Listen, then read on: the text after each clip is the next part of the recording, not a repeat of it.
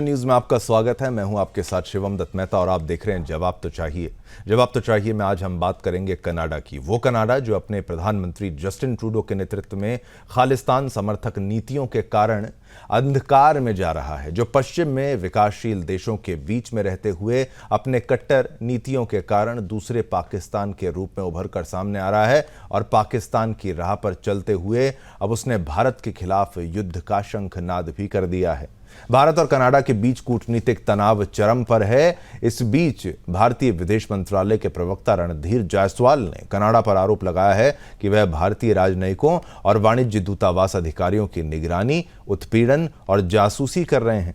भारतीय विदेश मंत्रालय के प्रवक्ता रणधीर जायसवाल ने इस मुद्दे पर बयान दिया, जिसमें कहा गया कि कनाडाई सरकार ने न केवल भारतीय राजनयिकों की ऑडियो और वीडियो रिकॉर्डिंग की, बल्कि उनके संचार को भी इंटरसेप्ट किया। उन्होंने इसे अत्यंत गंभीर मुद्दा बताया और कहा कि ये सभी कूटनीतिक प्रोटोकॉल्स का उल्लंघन है। हाल ही में कनाडा ने केंद्रीय गृह मंत्री अमित शाह पर भी कनाडा में एंटी खालिस्तानी गतिविधियों की साजिश रचने का आरोप लगाया था। यही नहीं, कनाडा की जासूसी एजेंसियां कम्युनिकेशन सिक्योरिटी एस्टैब्लिशमेंट CSE ने खतरा पैदा करने वाले देशों की सूची में भारत को शामिल कर दिया है, यानी भारत से खतरा बता डाला है। यह पहली बार है जब कनाडा सरकार की इस लिस्ट में भारत का नाम आया है। दरअसल CSE के साइबर विभाग ने 31 अक्टूबर को रिपोर्ट जारी की। इसमें 2025-2026 में खतरा पैदा करने वाले देशों के नाम हैं। इस लिस्ट में भारत को चीन, रूस, ईरान, उत्तर कोरिया के बाद 5वें नंबर पर रखा गया है। गवर्नमेंट ऑफ कनाडा की ऑफिशियल वेबसाइट पर यह लिस्ट मौजूद है। ऐसे में सवाल यह है कि भारत को अपने दुश्मनों की सूची में डालकर क्या कनाडा ने युद्ध का शंखनाद कर दिया है?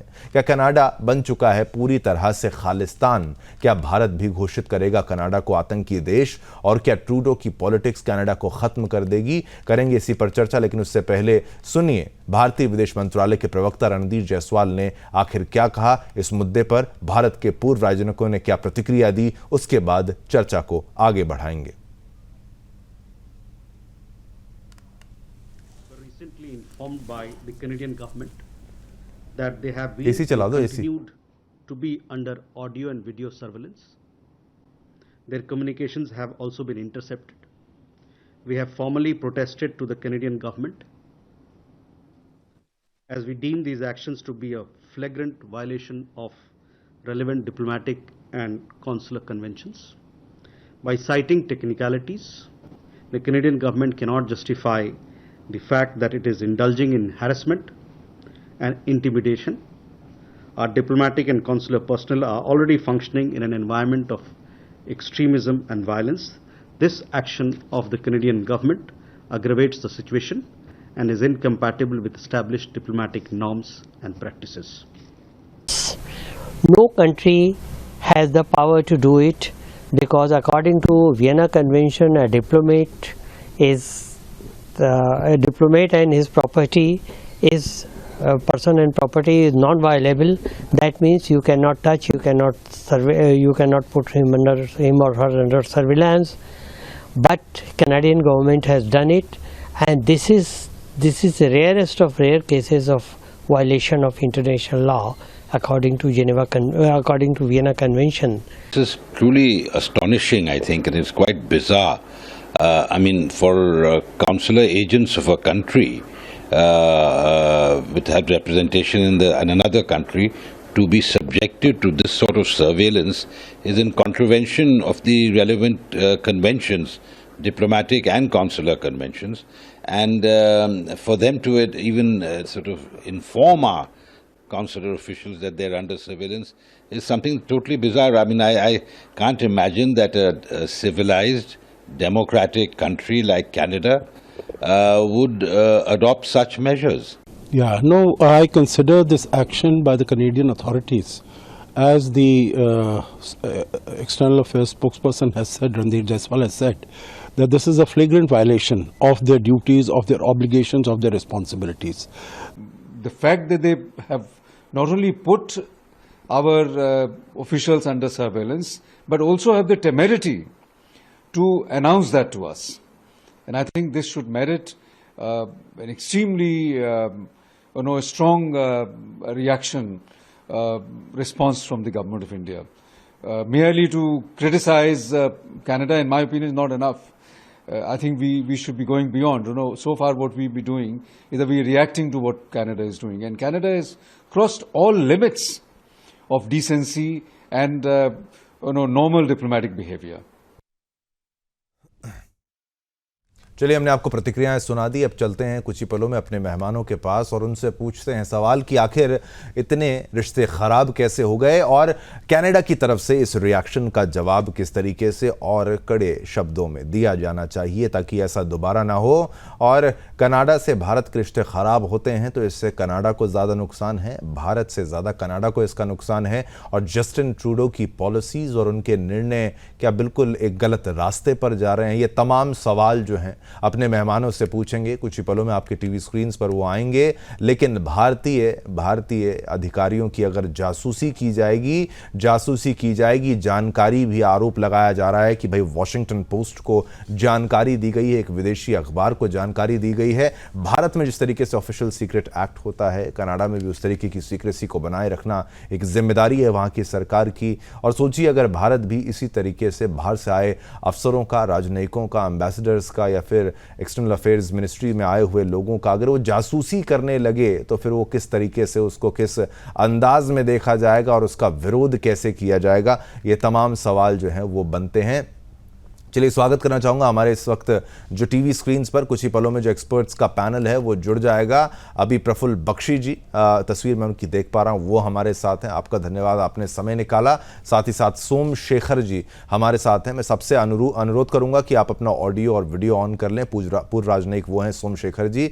अविनाश सिंह जी भी हमारे साथ इस वक्त मौजूद हैं, राजनीतिक विशेषज्ञ, आपका भी धन्यवाद। और प्रोफेसर विधु रावल जी भी कुछ ही पलों में आपके टीवी स्क्रीन्स पर आएंगे, भाजपा के प्रवक्ता के रूप में वो भी यहां पर मौजूद हैं। सबसे पहले मैं चाहूंगा प्रफुल्ल बख्शी जी, आपसे एक इस पर एनालिसिस क्या बनता है कि भाई इस तरीके के जो रूप में जो एक विरोध जताया जाए भारतीयों का और भारतीय अफसरों का, तो सीधे तौर पर भारतीयों का ही तो विरोध जताया जा रहा है। बख्शी साहब, इस तरीके से अगर कनाडा कर रहा है तो क्या वो गर्त में जा रहा है, किस दिशा में आगे बढ़ रहा है और क्या वहां की सोच को, सरकार की सोच को घुन लग चुकी है? बख्शी साहब। बख्शी साहब, इस वक्त कनाडा में जो हो रहा है उसको लेकर आपकी प्रतिक्रिया क्या रहेगी? जो भारत का विरोध अब एक फैशन सा बनता चला गया है और उसके बाद इस लेवल पर विरोध करना, जासूसी करना हमारे अधिकारियों की, और आरोप तो पहले लगाते आए हैं, अब जासूसी करेंगे क्या कनाडा वाले? देखिए, कनाडा वाले जो जासूसी की बात आप कह रहे हो, ये कनाडा का ये ओनली तरीका है, इसी तरीके से वो अपना पॉइंट प्रूव कर सकते हैं। अदरवाइज कनाडा ने जो कदम उठाए हमारे खिलाफ, उसको अब मद्देनजर रखते हुए अब आपको पता चल जाएगा कि जितने आरोप कनाडा ने इंडिया के ऊपर लगाए हैं वो सारे के सारे वो प्रूव नहीं कर सकते।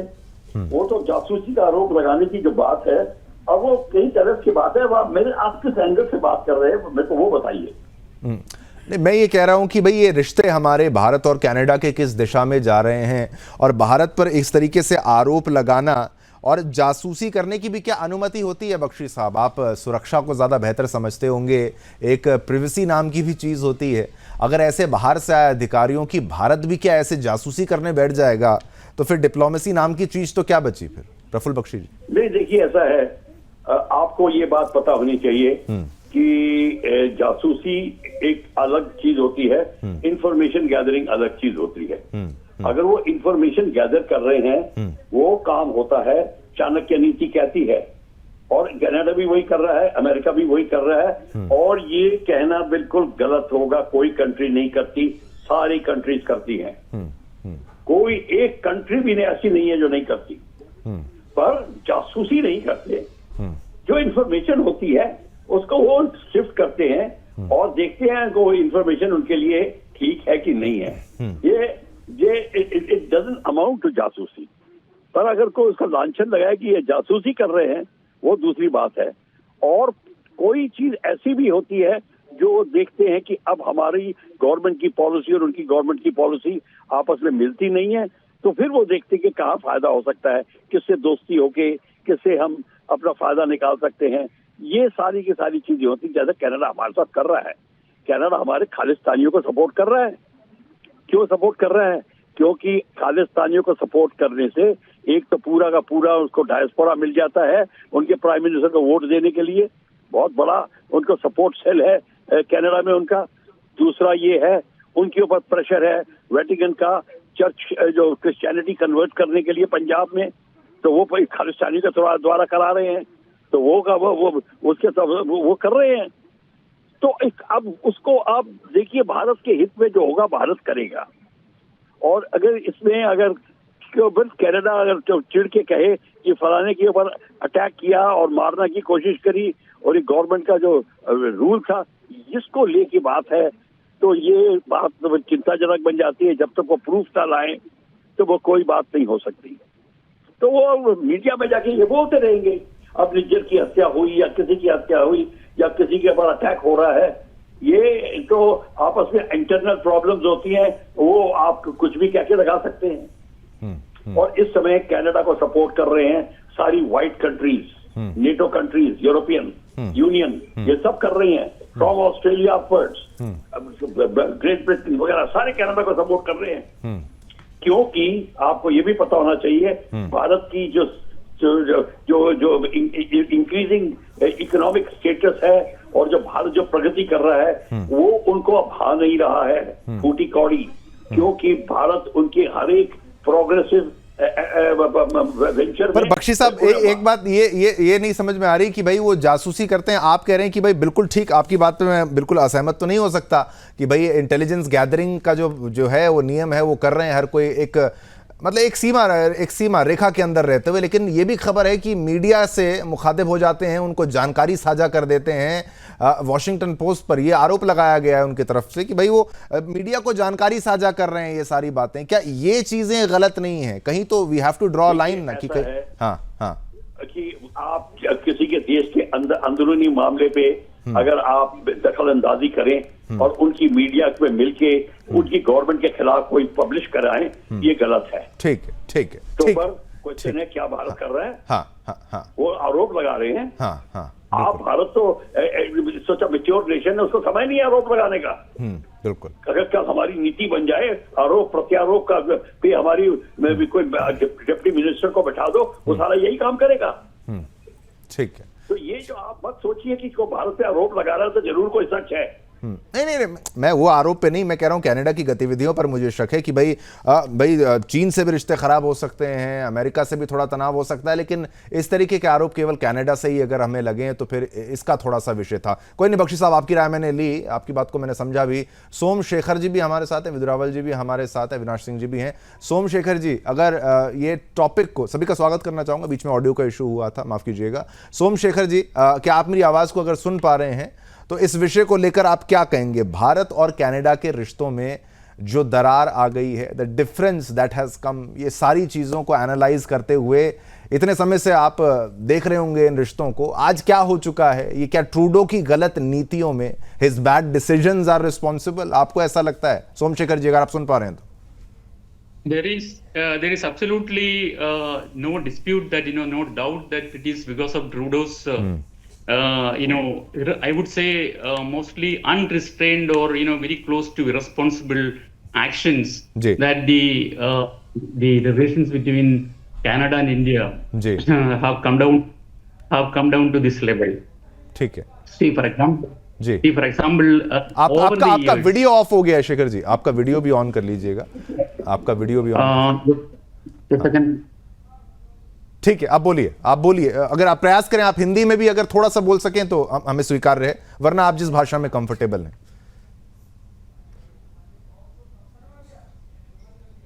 ठीक है सोमशेखर जी, हाँ बिल्कुल, आपका वीडियो फिर ऑफ हो रहा है, कोई बात नहीं, एक बार फिर से प्रयास करते हैं।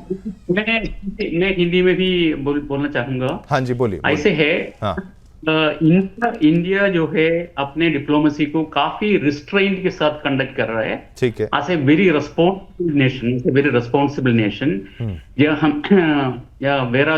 की कनाडा जो है उनके तरफ से जो है काफी अनरिस्ट्रेन्ड और इरेस्पॉन्सिबल वे में जो है वो अपना रिलेशंस कंडक्ट कर रहा है। ठीक है।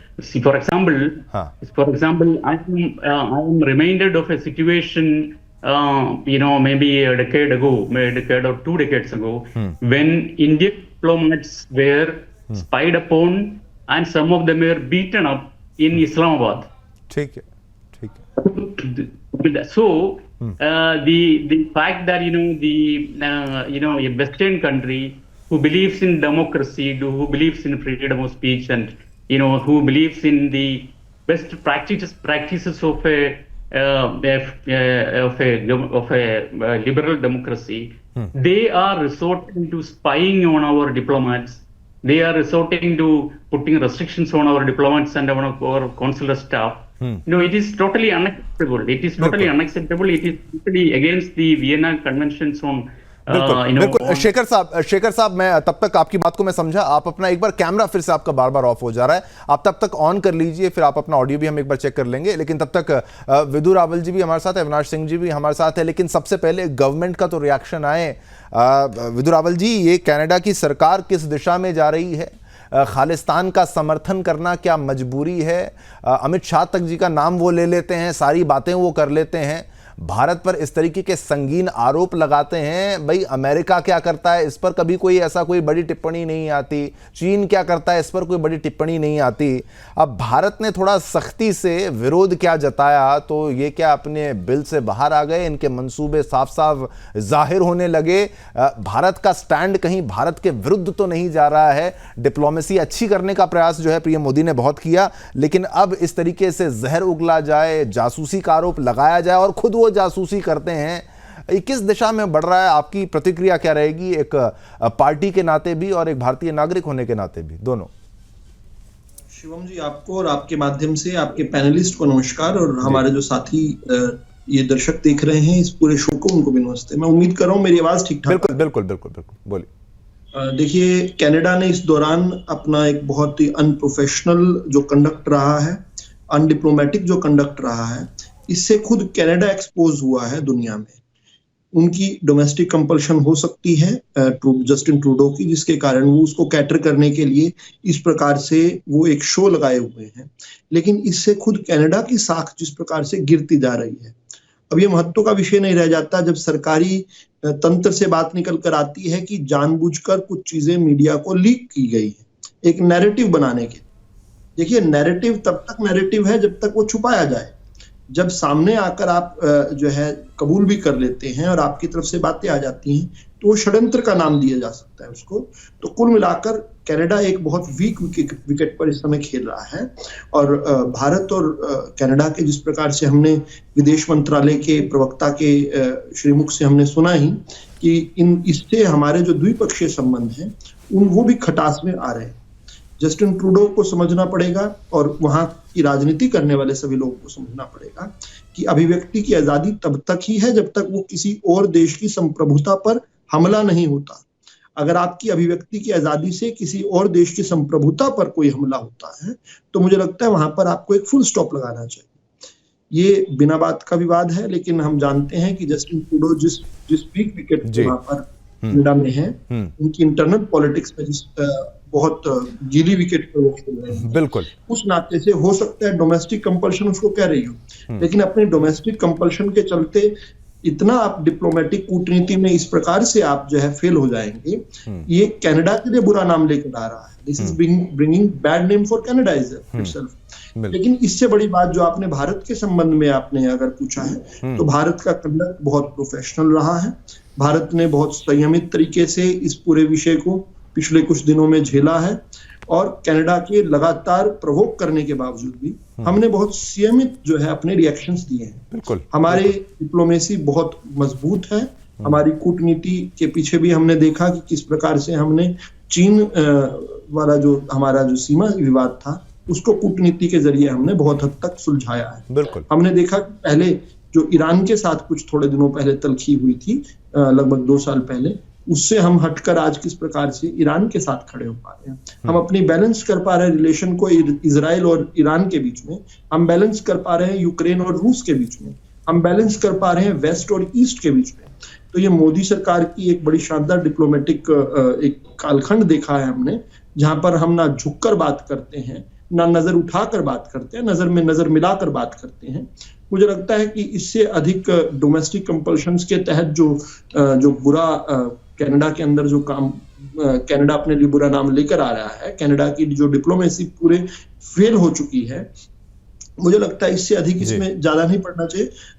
हमारा विदेश मंत्रालय पर, हमारी डिप्लोमेसी पर, हमारी कूटनीति पर हम जो है पूरा देश विश्वास करता है, और आप सब्र रखेंगे तो मुझे लगता है ये चीजें भी जो है बिल्कुल ठीक तरीके से आप बहुत एक आपका भी जो रिस्पांस है, मैं वही देखना चाह रहा हूं। मैं कह रहा हूं कि इतना नपतुला जो हम मतलब संयम, माफ कीजिए, संयम से हम जो है वह एक जवाब दे रहे हैं। अभी भी कोई घृणा हमारे मन में नहीं है। कनाडा हमारे लिए कुछ इस तरीके से हमने उसको नहीं समझ लिया कि जैसे मान लीजिए पाकिस्तान हो जाता है। हम मानते हैं ट्रूडो की गलत नीतियों का शिकार क्यों वहां पर रह रहे हमारे भारतीय भाई भी वहां पर रहते हैं, हमारे सिख भाई भी वहां पर रहते हैं। और इंडियन हाई कमिश्नर जब आए थे तो उन्होंने ये बोला था कि भाई अपने बच्चों को बचाइए, बच्चों के बारे में सोचिए। बिल्कुल उस तरीके से तो एकदम एक ऐसा रिश्ता है परिवार वाला खास तौर पर। और ये जो खालिस्तानी चरमपंथी जो पाकिस्तान से शरण लेकर आईएसआई से मदद लेकर आगे बढ़ते हैं और ये जो ड्रग्स का बिजनेस करते हैं, उसका रिस्पांस तो हमारी एजेंसीज ही देंगी, वो ज़्यादा बेहतर बनता। बात कर रहे थे कनाडा और भारत के रिश्तों की, और किस तरीके से जासूसी से लेकर भारत पर किस तरीके के आरोप लगाना और भारत को एक अलग नज़र से देखना और एक दुश्मन देश की श्रेणी में लगभग डाल देना। तो सोचिए किस दिशा में कनाडा आगे बढ़ रहा है, और इसके राजनीतिक समीकरण के बारे में भी समझेंगे, राजनीतिक मजबूरियों के बारे में जानेंगे। अब ये पूरे कारणों को जानने का प्रयास करेंगे। मैं चाहूंगा हमारे तमाम पैनलिस्ट जो हैं, जो गेस्ट हैं हमारे, फिर से आपके टीवी स्क्रीन पर आएं ताकि इस विषय को आगे बढ़ाएं, क्योंकि भारत के रिश्ते कनाडा से खराब होना ये एक लगातार एक ऐसी श्रृंखला के तौर पर चल रहा है जहां पर ये निश्चितम एकदम नीचे स्तर पर जो है, निचलतम स्तर जो है वहां तक जाते जा रहे हैं। लेकिन ये कब तक ऐसा जाता रहेगा, कब तक इसको सुधार के रूप में नहीं किया जाएगा, इस पर सुधार जब तक नहीं किया जाता ये और ख़राब हो जाएंगे रिश्ते। लेकिन उसी के जवाब के तौर में, क्योंकि भारत ने अब सख्त रुख जो है इख्तियार कर लिया है, तो कनाडा को इससे परेशानी हो रही है और होनी भी चाहिए। लेकिन जस्टिन ट्रूडो के नेतृत्व में खालिस्तान समर्थक नीतियों के कारण अब वो देश अंधकार की ओर जाता हुआ नजर तो आ रहा। अविनाश सिंह जी, अब राजनीति के हिसाब से भी ट्रूडो के निर्णय, उनसे इस्तीफा तक मांग लिया गया था उनके पार्टी के एमपीज के द्वारा, और अब क्या मजबूरियां हैं। कनाडा कूटनीति में क्या कुछ नहीं हो सकता, डिप्लोमेसी में क्या कुछ नहीं हो सकता। भारत तो एक ऐसा देश है, वासुदेव कुटुंबकम की जो नीति पर चलने वाला देश है, वो सभी से बातचीत के लिए तैयार है। पाकिस्तान तो अपनी गुस्ताखियों से बाज नहीं आ रहा है, उसके चलते बातचीत नहीं होती। लेकिन कनाडा भी फिर उसी राह पर चला जाएगा तो फिर किस पर आरोप लगाएंगे फिर हम। अविनाश सिंह जी। शिवम जी, आपको नमस्कार। आपको भी नमस्कार। सारे श्रोताओं को शुभकामनाएं। जी, जय श्री राम। जय श्री राम। शिवम जी, देखिए, जब इस देश में पॉलिटिक्स की बात होगी तो दो भाग में उसको बांटा जाएगा, 2014 से पहले और 2014 के बाद। पहले जब हम बोलते थे तो आजादी के पहले और आजादी के बाद का जिक्र करते थे, तभी दो हाफ में हम डिस्कस करते थे, या इमरजेंसी के पहले या इमरजेंसी के बाद, ये दो हाफ को डिस्कस करते हैं। और जहां पे डिप्लोमेसी की बात करते हैं, 2014 से पहले और 2014 से बाद को मैं डिस्कस करता हूँ। 2014 से पहले हमारे डिप्लोमेसी का जो केस था वो था, हम सबसे प्यार करेंगे और बाकियों से एक्सपेक्ट करते थे कि वो भी हमसे प्यार करें। पर ऐसा होता नहीं था, ऐसा कोई आइडियल वर्ल्ड तो है नहीं। के आने के बाद से, जब से भारत अपने टर्म्स पे डिप्लोमेसी करने लगा है, पूरा का पूरा इंटरनेशनल खेल जो है वो बैलेंस ऑफ पावर के ऊपर है। अमेरिका की इकोनॉमी हिली हुई है, यूके इंडिया से भी नीचे जा चुका है, जापान एक ओल्ड सोसाइटी है, ऑस्ट्रेलिया एक उभरता हुआ देश है। तो कहीं ना कहीं भारत में मोदी जी के आने के बाद जो डिप्लोमेसी में जो धमक दिखी है, उससे कनाडा, अमेरिका, चाइना और कुछ ऐसे देश घबराए हुए हैं। उनको समझ में नहीं आ रहा कि वो काउंटर कैसे करें। यहाँ तक कि यूएन में जो इंडिया का जो प्रेजेंस है और उसको परमानेंट मेंबरशिप मिलने की जो बात बढ़ रही है, उससे भी ये लोग घबराए हुए हैं। दूसरी बात, जितने भी बड़े ऑर्गेनाइजेशन हैं, पहले एशियान, बिम्स्टेक, एससीओ, इस तरह की जो ब्रिक्स, इस तरह की जो ऑर्गेनाइजेशन है, उससे इंडिया को ग्लोबल साउथ का एक लीडर मान लिया गया है। जब इंडिया की शाख बढ़ती है तो आपको पता है कि अगल बगल वाले हिलते हैं। चाइना को लोग ट्रस्ट नहीं कर सकते हैं। मोदी जी के अंडर इंडिया पे ट्रस्ट बढ़ा है क्योंकि इंडिया की इकोनॉमी बढ़ी है। इंडिया के सोने में भी वजन आया है, इंडिया के इंटेलेक्चुअल प्रॉपर्टी राइट में भी वजन आया है, इंडिया के स्टार्टअप में भी वजन आया है, इंडिया के एक्सपोर्ट में भी वजन आया है। तो इससे ओवरऑल इंडिया की साख बढ़ी है। दूसरा, इंडिया के जो foreign minister S Jaishankar, honourable minister S Jaishankar है, वो बड़े सामने से डील करते हैं, बिल्कुल उनसे मैं तो अपने देश के लोगों के लिए काम कर रहा हूँ, मुझे जो भी सस्ता देगा मैं उससे लूंगा। और अमेरिका से आंख मिला के बोला, एक शिवम जी आखिरी में आप आए हैं, अमेरिका से आंख में आंख मिला कर बोला कि भाई तुम ईरानियन ऑयल को आने दो बाजार में, वेनेजुएलन ऑयल को आने दो बाजार में, तब हम भी देख लेंगे। तुम ऑयल को आने नहीं दोगे, सबके ऊपर तुम दादागिरी करोगे, तो अमेरिका की गिरती हुई शाख, यूके की गिरती हुई शाख, और इस वजह से इन्होंने एक ऑर्गेनाइजेशन बनाया जिसको कहते हैं 5I, 5 आंख, कनाडा, अमेरिका, यूके, ऑस्ट्रेलिया और न्यूजीलैंड। अच्छा, जब मैं बड़े बड़े ऑर्गेनाइजेशन की बात कर रहा था तो उसमें क्वाड है जिसमें इंडिया पार्ट है।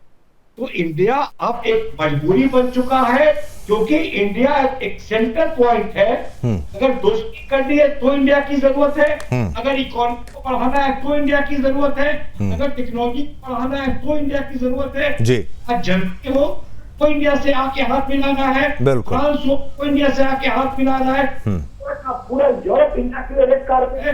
तो पूर्णतः इस्राइल दिल्ली खंभा नोचे वाली पॉलिटिक्स हो रही है कनाडा में। ट्रूडो हारने वाले हैं।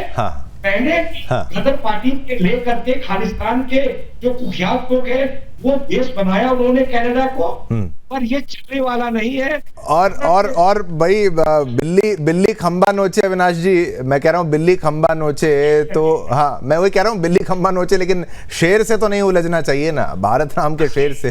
हाँ बोलिए। अब बुनियाद हो रहा है कि कनाडा से आने वाले लोगों को वीजा नहीं मिलेगा अगर किसी के खिलाफ कोई भी ऐसी बात होगी तो।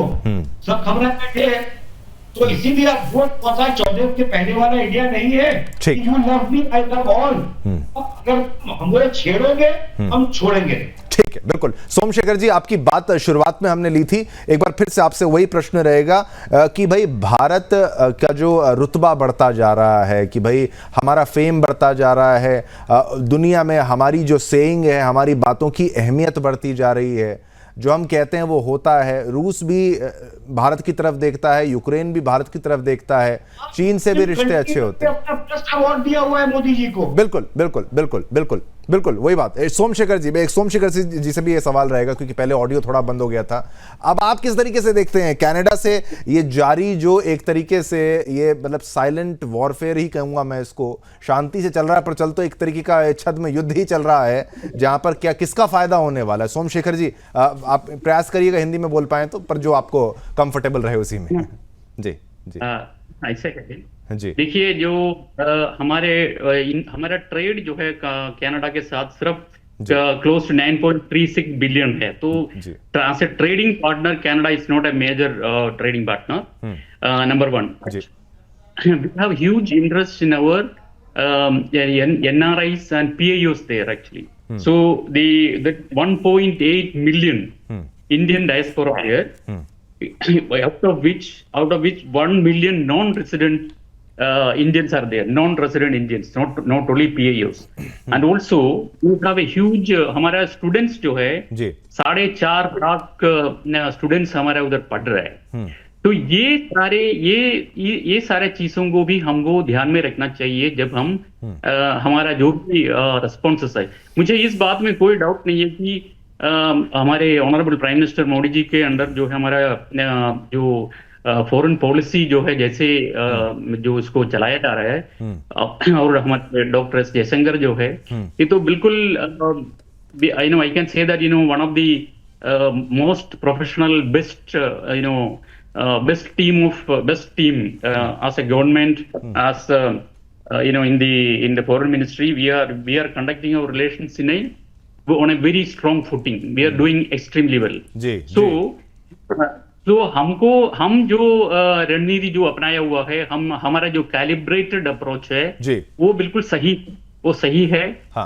जो हमको पूरे विश्वास जो है हमारे सरकार पर रखना चाहिए, हमारे न्यायतंत्र राज्यों के ऊपर रखना चाहिए, मिनिस्ट्री ऑफ एक्सटर्नल अफेयर्स के ऊपर रखना चाहिए। बिल्कुल। और हम ग्रेजुअली इस प्रॉब्लम को, जैसे चाइना के साथ जो रिलेशन हमने अभी जो इसको इम्प्रूव किया है, ऐसे ही कुछ टाइम लगेगा। ये सारा चीजें, time is the only healing factor in this. ठीक है। And I think I am absolutely in support of the government's approach towards this problem. And I will also add one thing more.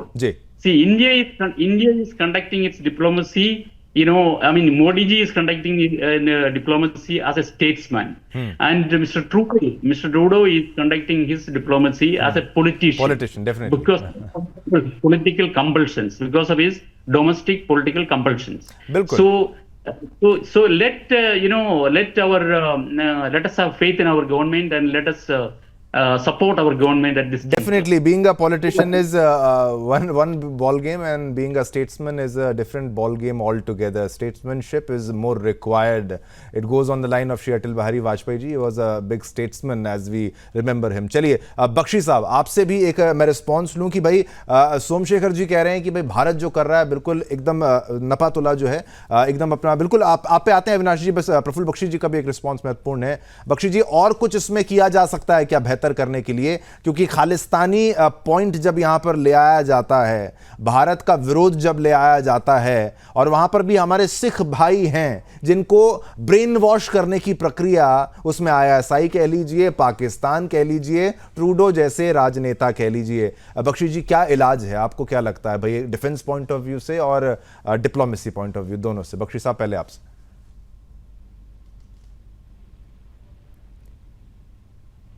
चलिए, बख्शी साहब को शायद audio में issue आ रहा होगा।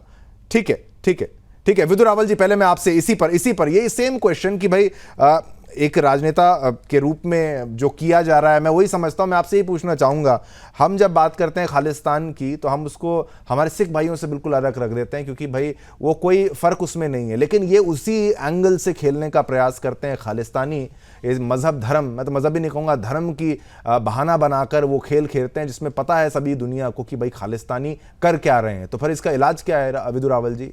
PM Modi एकमात्र ऐसे प्रधानमंत्री हैं, गुरुद्वारे जाते हैं, संदेश देते हैं, लेकिन फिर भी ये लोग उन्हीं का विरोध कर रहे हैं। और जो इतिहास रहा है उसके बारे में तो आप बिल्कुल जानते होंगे, किसने क्या कुछ किया था, लेकिन झेल रहे हैं बीजेपी वाले और मोदी जी। तो फिर ये तो क्या नाटक है? देखिए, सबसे पहले तो ये समझना पड़ेगा हमें कि खालिस्तान का ब्रीडिंग ग्राउंड जो है हिंदुस्तान में, भारत में कभी नहीं बन पाया।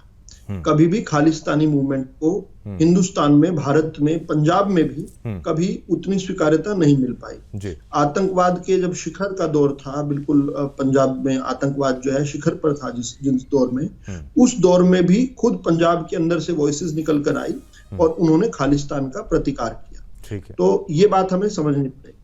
अब कनाडा जहां का व्यापार जो है, कनाडाई व्यापार जो है और कनाडाई उद्योग जो है, उसकी रीढ़ भारतीय जो वहाँ का डिस्पोरा है, भारतीय जो नागरिक हैं बहुत सारे, या यूं कहें कि भारत के मूल के जो लोग हैं, उनमें बहुत सारे लोग जो हैं उसकी रीढ़ की हड्डी हैं। इसके अलावा जिस प्रकार से हम आर्थिक तौर पर जो है जुड़े हुए हैं, कनाडा का भी भारत के अंदर बहुत बड़ा निवेश है। इसके अतिरिक्त जो है भारतीय स्टूडेंट्स जो हैं लगभग 100 से अधिक कॉलेजेस को एक तरह से चला रहे हैं वहां पर, यानी उनकी इकोनॉमी ऐसे वैश्विक ऐसे समय पर मेरी आवाज इको हो रही है, क्या आप मेरी आवाज सुन पा रहे हैं? मैं आपकी आवाज सुन पा रहा हूं, आप बोलते रहिए, शायद कुछ टेक्निकल इशू, लेकिन आपकी आवाज ऐसे दौर में जब दुनिया में कोई भी देश भारत को अलग करके अपनी डिप्लोमेसी नहीं चला सकता जी, इस चेंजिंग वर्ल्ड ऑर्डर में भारत एक बहुत महत्वपूर्ण स्थान पर खड़ा है। ये ठीक कहा आपके पैनलिस्ट ने कि 2014 के बाद एक टेक्टोनिक शिफ्ट आया है हमारी डिप्लोमेसी में। अब हम बहुत प्रोएक्टिव डिप्लोमेसी कर रहे हैं।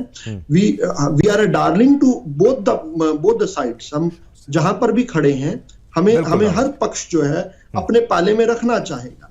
तो ऐसे में जस्टिन ट्रूडो की अपरिपक्वता, उनकी पार्टी के लेबर पार्टी की और अब तो कंजर्वेटिव पार्टी का भी, जो हमने पिछले देखा दिवाली के एक आयोजन को उन्होंने किस प्रकार से कैंसिल किया पिछले मुझे लगता है कि इससे बाहर जो है कनाडा को निकलना पड़ेगा। Canada is much better than what it is showing itself to be. Canada जो है इससे बेहतर कर सकता है। कनाडा ISI का स्टूज नहीं बनेगा। कनाडा भारत के अलगाववाद का केंद्र नहीं बनने देगा खुद को। कनाडा भारत की संप्रभुता का सम्मान करेगा।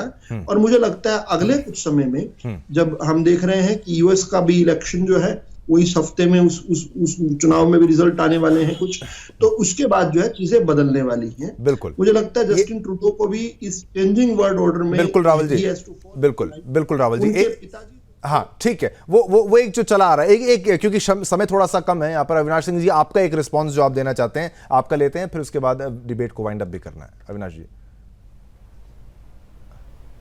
Movement is not, as BJP said, is not something which is homegrown. It's the false narrative created by Indira Gandhi counter Akali Dal वाले को सपोर्ट करके खालिस्तान को बंद दिया गया और वहीं से इसकी शुरुआत होती है। कि कोई ऐसी धारणा तो है नहीं हिंदुस्तान में। जो भागे हुए लोग हैं, जो पेपर लेके वहां पे गए हैं, उनको इंडिया खुद बता रहा है कि भाई आप ही क्या वो गए हैं, शरणार्थी नहीं है, वो गलत पेपर लेके आप क्या गए हैं, निफेरियस एलिमेंट है, तो आप हैंड ओवर करो। हमें नहीं भूलना चाहिए कनिष्का एयर क्रैश, कनिष्का, बिल्कुल कनिष्का का जो हिस्ट्री लिखा जाएगा तो कनिष्का एयर क्रैश जो है वो वर्स्ट ऑफ इट्स काइंड है। कनाडा ने वो किया और करवाया, तो क्या है ये दुनिया भी जानती है। और हमें एक चीज बराबर याद रखना होगा, जो जयशंकर साहब ने बोला कि west needs to come out of this fetish, that west problem is everybody's problem and other problem is not west problem. नहीं हो सकता ना कि हिंदुस्तान का प्रॉब्लम आपका प्रॉब्लम नहीं है और आपका प्रॉब्लम मेरा प्रॉब्लम होना चाहिए। यूक्रेन मेरा प्रॉब्लम नहीं है, हम उसमें पीस चाहते हैं, ये बात तय है। हमारा प्रॉब्लम हमास हमारा प्रॉब्लम नहीं है, हम पीस चाहते हैं पैलेस्टाइन और इजराइल में, ये बात अलग है। पर आपकी तरह हम पीस के नाम से हम किसी डिप्लोमेट को नहीं पकड़ते। अपनी तरफ आप कहते हैं फ्री होना चाहिए, फ्री स्पीच, और डिप्लोमेट बोलता है तो उसको आप जेल भेजने की धमकी देते हैं, तो ऐसे तो नहीं चलेगा। इजराइल को बोलेंगे वॉर रोको और आप उसको आर्म सप्लाई करती है अमेरिका। तो अब इंडिया के पक्ष को देख करके वर्ल्ड इंप्रेस हो रहा है। जैसा कहा, ग्लोबल साउथ को इंडिया लीड कर रहा है और बहुत ऐसे बड़े ऑर्गेनाइजेशन है ग्लोबल जिसको इंडिया लीड करता है, वेट देता है, चाहे वो क्वाड हो, चाहे वो बिम्स्टेक हो, चाहे वो SCO हो, चाहे वो ब्रिक्स हो। जी, बहुत बहुत धन्यवाद करना चाहूंगा सभी का। प्रफुल्ल बख्शी जी हमारे साथ है, आपका धन्यवाद। सोमशेखर जी आपका धन्यवाद, साथ ही साथ विदु रावल जी आपका धन्यवाद, और हमारे साथ अविनाश सिंह जी भी थे, उनका भी बहुत बहुत धन्यवाद। सभी ने एक अपने लिहाज से बहुत प्रेम से, कोई ऐसा वैमनस्य नहीं है, कोई ऐसा मतलब कोई क्रोध नहीं है कनाडा के खिलाफ, लेकिन इस तरीके से विरोध जताना, हम तो हंसी आती है कि भाई ऐसी सोच बन रही है ट्रूडो की। बाहर निकलो ट्रूडो। मैं आपसे भी ये अनुरोध करूंगा, ऐसे आप राजनेता हो तो अपने देश के बारे में भी सोचो, केवल वोटों के बारे में सोचोगे तो आपका देश आगे नहीं बढ़ पाएगा, गर्त में चला जाएगा, कहीं ना कहीं पाकिस्तान बन जाएगा। चलिए, समय इतनी अनुमति देता है आप सभी से संवाद करने की, आज्ञा दीजिए मुझे यानी शिवम दत्त मेहता को। मेरी और मेरी पूरी टीम की तरफ से आप सभी को जय हिंद, जय भारत, जय हिंदुस्तान।